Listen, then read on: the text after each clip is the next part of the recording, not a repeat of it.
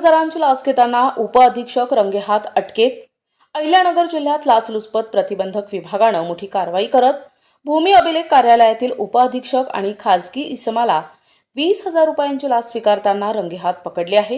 ही कारवाई 19 जानेवारी 2026ला शेवगाव तालुक्यात करण्यात आली।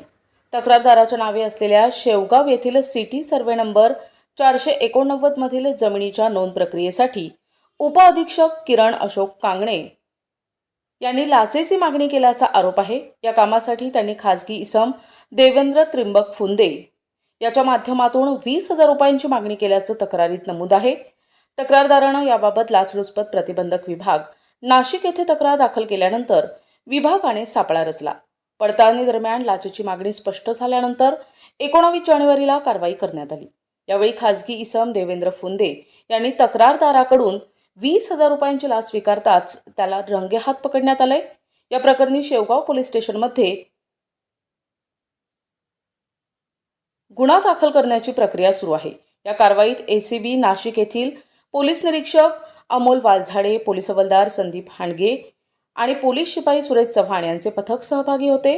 लाचलुचपत प्रतिबंधक विभागाने नागरिकांना आवाहन केले की कोणत्याही शासकीय कामासाठी कुठल्याही प्रकारचे पैसे न देता काम करून घेणे, अशी आर्थिक मागितली तर वरिष्ठांना कळविण्यात यावे।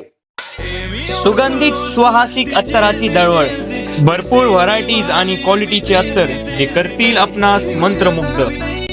आपल्याकडे सर्व ब्रँड क्वालिटीचे अत्तर मिळतील, जसे ऊद, मुश्क, ग्रीन अजमेरी, बकूड, CR7 आणि रुबाब, मुखल्लद, अरमान, आइसबर्ग।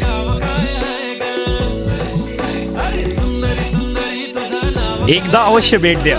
अल हया अत्तर अँड परफ्यूम शॉप, मोची गल्ली, शेवगाव।